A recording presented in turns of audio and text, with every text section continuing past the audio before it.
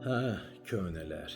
İstəyərdim bu gün də öz çıxışımla sizə bir pozitiv bəxş edeyim, xoş emosiyalara təkan verim. Amma təəssüf ki, bugünkü mənim çıxışım tam fərqli olacaq. Yəni çoxları bilir artıq, bilməyənlər də bilsin ki, bugün bizim xalq artisti, şöhrət ordenli Süleyman Ələsgərovun, bəstəkar Süleyman Ələsgərovun nəvəsi olan əməkdar artistimiz KVN Parni iz Baku əfsanəvi komandanın solistlərindən biri Cabir İmanov dünyasını dəyişdi. Dünyasını dəyişdi idman zalların birində, yəni idman zamanı.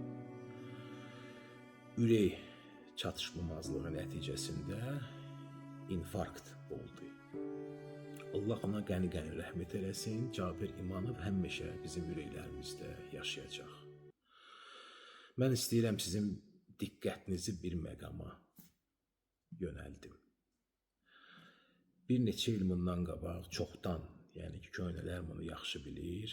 Nə vaxt ki, bu kulturizm, bodybuilding, fitness təzə-təzə başladı şəhərdə inkişaf eləməyə, başladı xırda-xırda bəzi zallar açılmağa.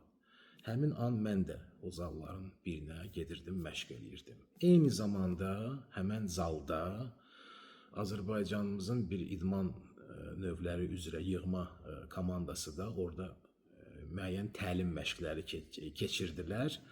Yəni ki, hansısa çempionata hazırlıq çərçivəsində. Bunlar məhz o ağır atletikaya aid olan, sonra o kardio məşqələrə aid olan, yəni qaçış aparatı, o velotrenajora aid olan hissəsini məhz o zalda keçirdilər.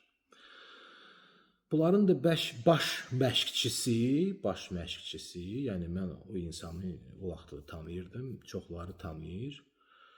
Yəni idman üzrə, yəni idman məşqçi üzrə heç bir, yəni bir sənədi mi deyim, diplomu mu deyim, təhsili mi deyim, olmayan bir insan idi. Amma buna baxmayaraq bir yığmanın məşqçisi idi, başa düşürsünüz. Nə edim sizə?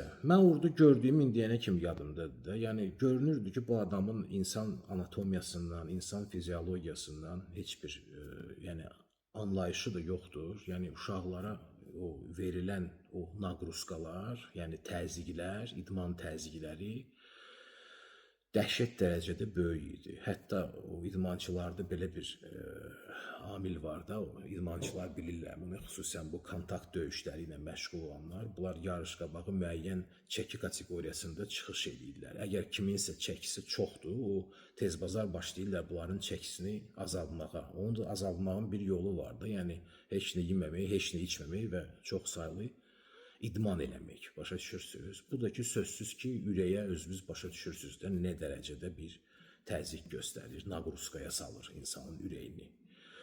Yəni, mən baxırdım orada uşaqlar, bəziləri otururdular o məşqçinin, yəni ki, göstərişi əsasında həmən o velotrenajorda o qədər onu sürürdülər ki, su da qoymurduq hətta onları içməyə, onların dodaqları artıq göyərirdi. Yəni, bu dəqiqə bilmirəm, bilirsiniz, bilmirsiniz, Azərbaycan infarkt üzrə, yəni ürək çatışmamazlığından əziyyət çəkənlər üzrə və xüsusən dünyasını dəyişən məhz bu xəstəliklər nəticəsində Azərbaycan bu barədə liderlardadır. Dəqiq deyə bilmərəm, yəni 1-dir, 2-dir, 3-dir, axır ki, yüksək bir reytinqdir də, lazım olmayan bir sahədə. Bu da ki, şəxsən mənim fikrim belədir ki, ona görədir ki, bu dəqiqə hal-hazırda, yəni çox bizim fitness zallarımızda məşqçi vəzifəsində çalışan adamlar, məşqçilik haqqında bunların heç bir təhsili yoxdur. Bunlar, yəni ki, anatomiya haqqında anlayışları yoxdur, insan fiziologiyaları haqqında anlayışları yoxdur. Hətta bu dəqiqə çox məşhurdur da, bilirsiniz, var nutrisiolog, var diyetoloq. Bəzi adamlar bunları səhv salırlar. Halbuki diyetoloq həkimdir, nutrisiolog sadəcə bir insandır, hansı ki, gəlib 3-4 dənə kitab oxuyub, 1-2 dənə kurslara baxıb, bu dəqiqə cəmaata məsləhət verir ki, nəyə yemək olar, nəyə yemək olmaz, kimisə arıqladır, kimisə kökəldir. Ya məsələn, var elə bir şey ki, var psixoloq, bir də var psixoterapevt, psixiatr. Çox adamlar hələ bilirlər ki, bunlar eyni səviyyəli, yəni peşələrdir. Amma elə deyil. Yəni psixiatr bu həkimdir, psixoterapevt həkimdir, psixoloq isə sadəcə bir ixtisasdır. Hansı ki, məsələn, bizim Bakı Dövlət Universitetinin psixologiya üzrə fakültəsi var. Yəni bunlar fərqli bir şeylərdir. Bunu gərək biz bilək.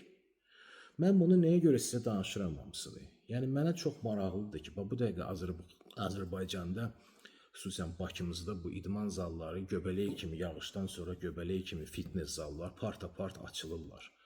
Bunların trenerləri, məşhur trenerlər məşhurlaşırlar, bu sosial şəbəkələrin hesabında, nə bilim, çıxırlar, oynayırlar, qabağa düşürlər, cəmaət başlayır ora axım şəkildə getməyə. Baxırıq biz də sizi ilə həmən roliklara görürük ki, kök adamlar dəhşət dərəcədə tez belə idmanlar eləyirlər. Sonra da ki, müəyyən yəni ki, idman qidasına aid olan içkilər, yüksək səviyyədə, bunu da deyim sizə, kafein tərkibli, nə bilim, taurin tərkibli, vitamin tərkibli, onu deyim, vitamin də hamısı bilməsin ki, insan üçün xeyirdir. Xeyr, insana müəyyən bir vitamin lazımdır. O vitaminləri biz çoxsunu hələ yeməklərimizdən götürürük. O digərləri, artıqları isə verir hamısının zərbəni bizim böbrəklərimizə, çünki bədən onu çıxartır. Yəni onların bu propaganda nəticəsində cəmaət bu dəqiqə üst tutur, hamı gedir həmən o idman zallarına məşq eləməyə. Halbuki bunlardan heç kim düşünmür ki, bu dəqiqə onun məsələn səhiyyəti nə yerdədir, yəni onun vəziyyəti nə yerdədir.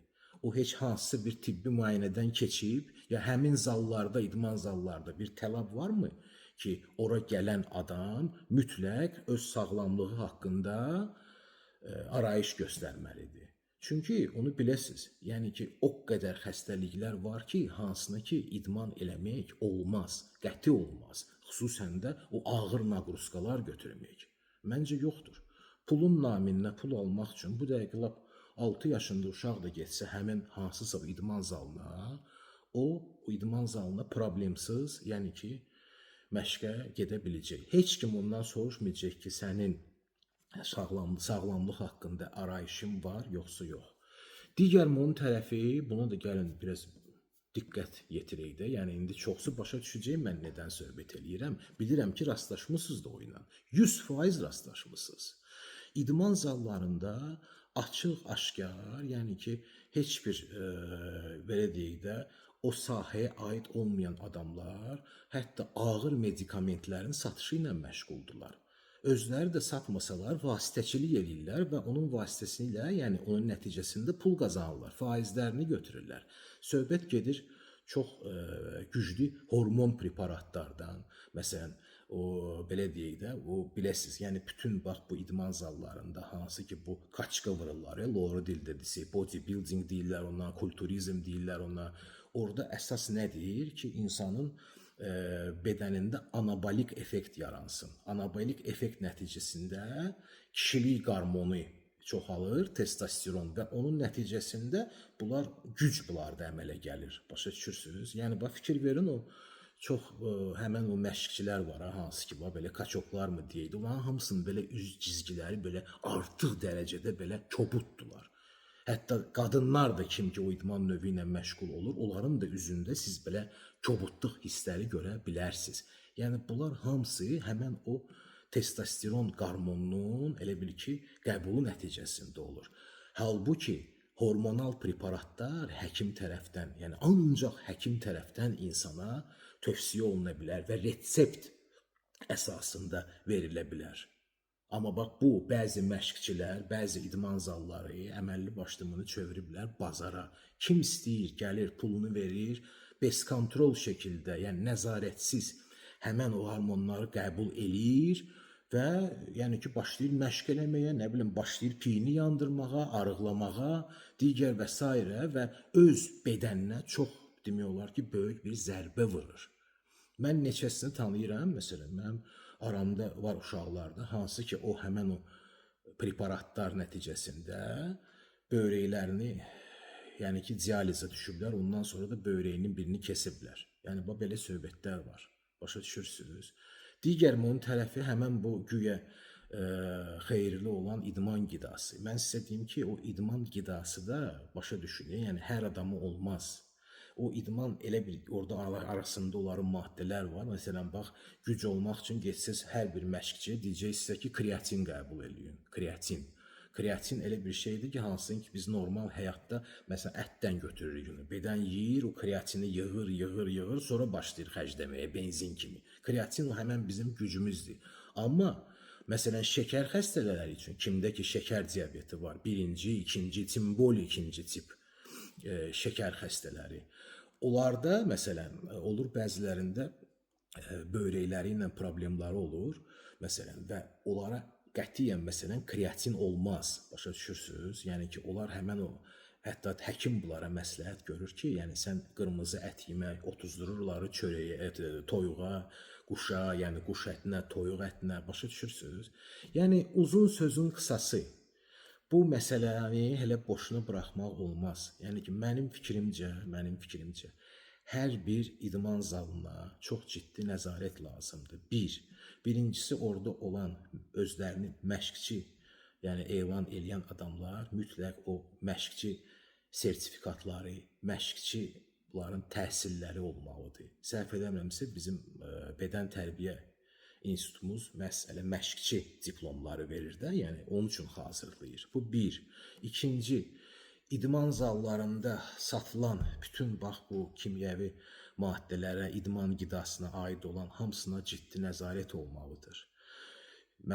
Üçüncüsü, yəni xüsusi dövlət orqanları diqqət yetirməlidirlər və araşdırmalıdırlar ki, həmin bu idman zallarında kimlərdir bu dəllallar, kimlər cəmaata həmin o hormon preparatları həkim göstərişsiz satışını həyata keçirir, bunları aşkar eləməlidir və sözsüz ki, buna bir hüquqi qiymət verilməlidir.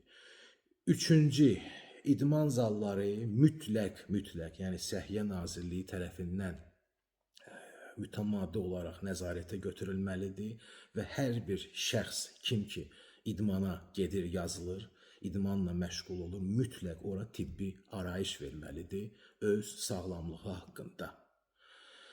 Hamımızın uşaqlarımız var. Heç kim də istəmir ki, yəni bizim də başımıza bax belə bir məsələ gəlsin. Sözsüz ki, hələ biz istəmərik ki, bizim də başımıza gəlsin. Yəni ki, özümüzə, köhnələrə. Allah Cabir İmanova qəni rəhmət eləsin.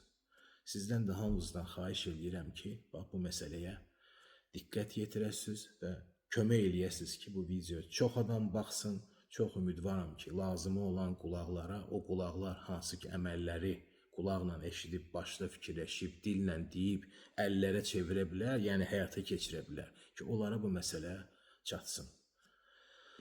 Qəlbdən qəlbə bu qədər.